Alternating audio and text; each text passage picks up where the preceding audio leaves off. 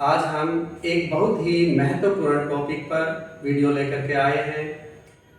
आज लगभग 80% लोग हाई बीपी के शिकार हैं। ये हमारी लाइफस्टाइल, हमारा ना सोने का टाइम है, ना खाने का टाइम है, और हर आदमी स्ट्रेस में है। कभी किसी का स्ट्रेस, कभी किसी का स्ट्रेस। तो इस कारण से लगभग 80% लोग हाई बीपी का शिकार हैं।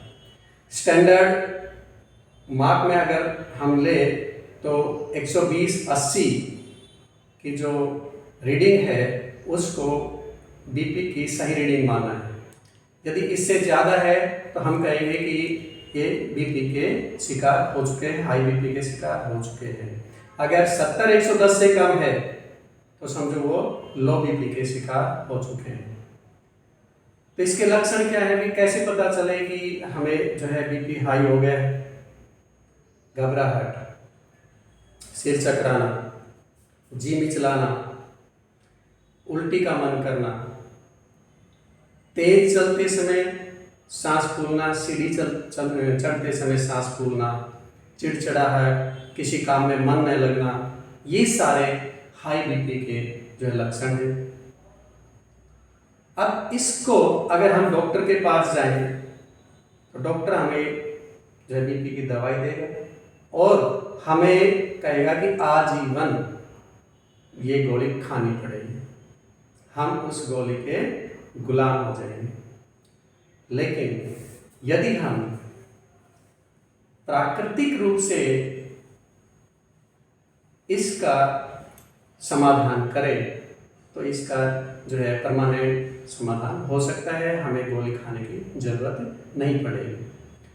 तो इसके समाधान के लिए सबसे पहले हमने उसका कारण ढूंढना पड़ेगा कि इसका कारण क्या है, किस कारण से बीपी हुआ, उस कारण को हम दूर करेंगे।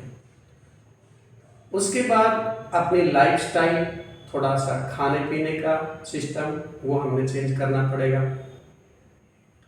मैंने इससे पहली वाली वीडियो में भी बताया था कि जब हमारा पाचन तंत्र सही होगा तो ज़्यादातर बीमारियां तो अपने आप ही ठीक हो जाएंगी।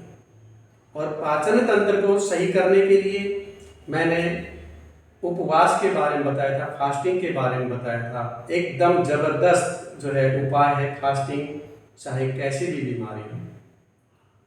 फास्टिंग का तरीका मैंने बताया था, अब फिर मैं बता देता हूँ। फास्टिंग जो है ये नहीं है कि मैं पूरा दिन भूखे रहे और रात को भरपेट खा लिया, ये फास्टिंग नहीं है। इसमें तो पाचन तंत्र को तो आराम मिला ही। तो फास्टिंग का तरीका मैं फिर बता देता हूँ। पहले 2 दिन नींबू पानी पर रहना है। अगर किसी को ज़्यादा कमजोरी महसूस हो तो वो नींबू पानी में शहद डाल सकते हैं, लेकिन जो शुगर के मरीज है वो शहद ना डालें। उसके बाद नेक्स्ट 3 दिन फलों के रस पर रहना है। उसके बाद नेक्स्ट 3 दिन फलों पर रहना है। उसके बाद धीरे धीरे हम step by step normal diet पर आ जाएंगे। तो ये है फास्टिंग का तरीका। अगर इस तरह से आप करेंगे लगातार लंबे दिन तक ना हो सके तो कम से कम 8 दिन तक का ये जो सिस्टम है अगर कर ले, फिर महीना 20 दिन का गैप दे करके फिर एक बार कर ले, तो बीपी की जो ये समस्या है इससे परमानेंट छुटकारा हम पा सकते हैं। दूसरा, वॉकिंग, घूमना, पैदल चलना शुगर और बीपी के लिए रामबाण है। कम से कम 45 मिनट सुबह शाम अगर हम पैदल चलें तो इसमें भी बहुत फायदा मिलेगा। कुछ घरेलू उपाय हैं, जैसे 2 चम्मच प्याज का रस, 2 चम्मच शहद सुबह खाली पेट अगर हम लगातार ले लें 25 दिन तो इस समस्या का समाधान आराम से हो सकता है। या फिर 1 गिलास पानी में 2 चम्मच त्रिफला चूर्ण डालेंगे, सुबह उठ करके उस पानी को छान करके खाली पेट अगर हम ले लें 1 महीने तक तो ये भी बीपी के लिए रामबाण है। ये भी नहीं हो सके तो शाम को, रात को मेथी 1 गिलास पानी में 1 चम्मच मेथी हम डालेंगे, सुबह उस पानी को पी लेंगे और मेथी को चबा लेंगे, या मेथी को जो है पीस करके हम रोटियों में मिला करके खा सकते हैं। तो ये घरेलू उपाय हैं, अगर हम इनको सही तरीके से हम करें तो भी हम इस समस्या से छुटकारा पा सकते हैं। कुछ हमारी प्राकृतिक विधियां हैं, प्रक्रियाएं हैं, उनको अपना करके भी हम जो है इस समस्या से छुटकारा पा सकते हैं। जैसे अगर किसी को बीपी ज़्यादा हाई हो रहा है और हमें तुरंत आराम चाहिए, तुरंत हमने डाउन करना है, तो एक बाल्टी लेंगे, उसमें पानी गर्म करेंगे, पानी गर्म करके दूसरी बाल्टी लेंगे, उस दूसरी बाल्टी में थोड़ा सा ठंडा पानी लेंगे, उसमें गर्म पानी मिलाएंगे, इतना गर्म रखेंगे कि आराम से सहन हो सके, और उसमें हम अपने उस बाल्टी में अपने पैरों को डाल करके 20 मिनट तक रखें। बीच बीच में गर्म पानी और डालते रहेंगे ताकि टेम्परेचर मेंटेन रहे। तो 20-25 मिनट तक पैरों का गर्म सेक अगर हम कर लें तो भी हमारा बीपी डाउन आ जाएगा। अगर ये ना कर सके तो बिल्कुल ठंडा पानी लें, उसमें टॉवल भिगोए, जैसे अभी मैं बता रहा हूं करके, उसमें टॉवल भिगोएंगे, टॉवल को निचोड़ लेंगे,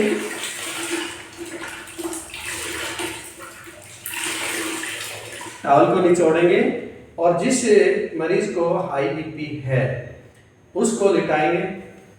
आप आइए, पेट के बल लेटेंगे, उल्टा लेटेंगे, पेट के बल उल्टा लिटा करके और स्पाइन पर, रीढ़ की हड्डी पर हम 20 मिनट तक वो ठंडा टॉवल जो है रीढ़ की हड्डी की ठंडी सिकाई कर लेंगे। तो 20 मिनट के बाद जो है बीपी अपने आप नॉर्मल आ जाएगा। और इसके साथ साथ अगर हम चिल्ड पानी में टॉवल भिगो करके और पीछे गर्दन पर रखें, पीछे गर्दन पर ऐसे रखें तो भी बीपी नॉर्मल आ जाएगा। तो इस तरह से हम जो है ये प्राकृतिक प्रक्रियाएं अपना करके भी बीपी की जो समस्या है इससे छुटकारा हम पा सकते हैं।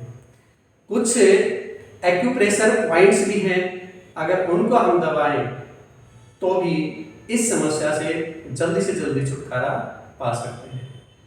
सबसे पहले तो हर जो ये छोटी मोटी बीमारी है इनका सीधा दिमाग से संबंध होता है।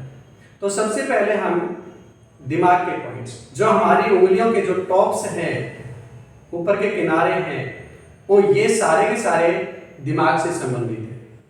जब हमारा दिमाग शांत होगा, दिमाग सही होगा, तो बीपी अपने आप कंट्रोल हो जाएगा।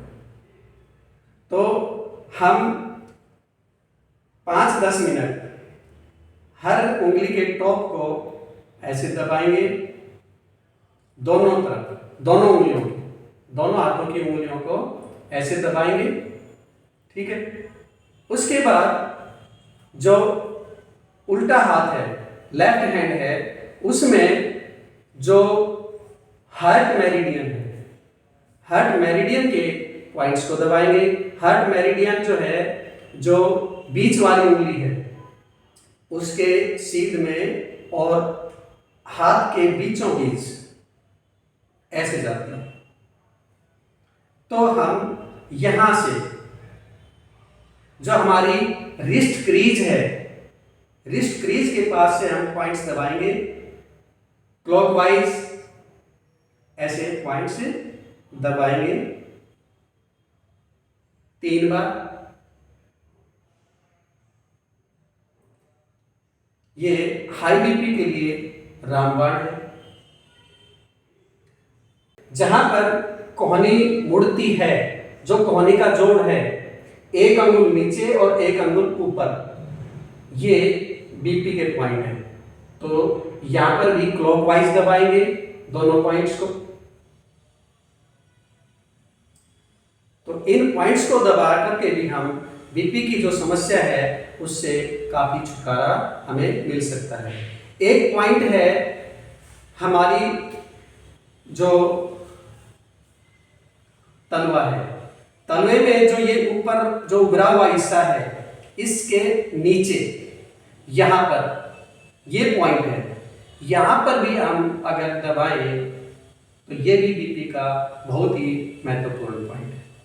तो ये एक्यूप्रेशर पॉइंट्स दबा करके भी हम बीपी की समस्या से छुटकारा पा सकते हैं। उसके बाद कुछ आसन हैं वो आसन हम करें तो ये पूरा जो कॉम्बो है, एक कॉम्बिनेशन है, पूरा कॉम्बिनेशन हम यूज करके इस समस्या का जो है समाधान कर सकते हैं। रोजाना जो हमें दवाई खानी पड़ती है उस दवाई से हमें छुटकारा मिल सकता है। वो अभी मैं आसन बताऊंगा कि वो आसन कौन कौन से हैं। सबसे पहले हम चंद्रभेदी प्राणायाम करेंगे। चंद्रभेदी प्राणायाम कैसे करेंगे? किसी भी आसन में हम बैठ जाएंगे, किसी भी आसन में सुखपूर्वक किसी भी आसन में बैठ जाएंगे और बाईं नाक से सांस लेंगे धीरे धीरे और दाईं से छोड़ देंगे, फिर बाईं से लेंगे दाईं से छोड़ देंगे। तो इसको चंद्रभेदी प्राणायाम कहते हैं। तो चंद्रभेदी प्राणायाम 1 मिनट से शुरू करके धीरे धीरे हम इसका 5 मिनट तक टाइम बढ़ा सकते हैं, जो है ये बीपी के लिए बहुत ही कारगर है। गौमुख आसन, इस तरह से हम बैठेंगे, जो घुटना ऊपर है वो हाथ ऊपर और दूसरा हाथ पीछे और ऊपर वाले हाथ से पीछे वाले हाथ की उंगलियों को पकड़ेंगे इस तरह से। ये गौमुख आसन है। 30 सेकंड तक हमने इसी पोज में रहना है। शुरू में धीरे धीरे हम इसका टाइम बढ़ा सकते हैं। ऐसे ही दूसरे हाथ से हम करेंगे। इसके बाद दूसरा आसन है अर्धमत्स्येंद्र आसन। अर्धमत्स्येंद्र आसन की जो है 2 तरीके हैं। एक तो जिसको बिल्कुल ही नहीं आता उसके लिए, तो उसके लिए कैसे हैं? दोनों पैर सीधे करके बैठ जाएंगे, एक घुटने को मोड़ेंगे, उसको दूसरी साइड में लाएंगे ये, फिर जो घुटना खड़ा है वही हाथ हम पीछे लेंगे और दूसरे हाथ को ऐसे घुमा करके और पंजे को पकड़ेंगे, गर्दन दूसरी साइड में रहेगी ऐसे। इसी तरह ही दूसरी तरफ करेंगे। ये है जिसको नहीं आता, बिगिनर्स हैं उनके लिए, और जिनको थोड़ा बहुत आता है उनके लिए ये तरीका है।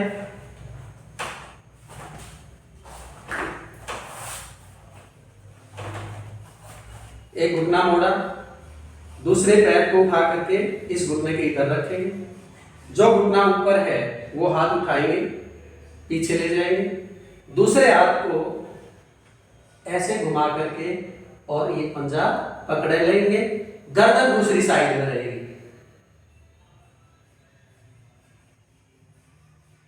ये पोजीशन।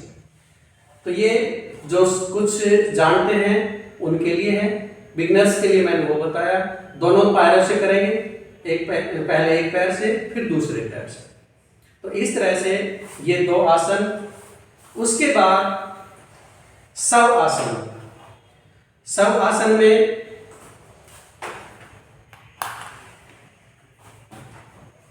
बिल्कुल चित लेट जाएंगे, अपना पूरा सर छोड़ करके, हर अंग ढीला छोड़ करके और अपने श्वासों पर ध्यान करेंगे। अपने श्वासों पर ध्यान करेंगे, पूरा शरीर ढीला छोड़ देंगे। 1 मिनट से शुरू करके 5 मिनट तक इसको कर सकते हैं। तो ये शवासन है। तो चंद्रभेदी प्राणायाम और ये 3 आसन ये करके और बाकी जो बातें मैंने बताई ये करके हम इस बीपी की समस्या से छुटकारा पा सकते हैं। और फिर भी अगर कोई समस्या रह जाती है तो हमारा ये जो है प्राकृतिक चिकित्सा केंद्र है, यहाँ आकर के अपना इलाज करा सकते हैं। आपको पूरी सुविधा के अनुसार जो है पूरी मदद की जाएगी। ये हमारी मसाज टेबल है, ये हमारा जो है स्टीम केबिन है और बहुत सारे एपरेटस हैं, उनकी मदद से हम आपकी पूरी हेल्प करेंगे।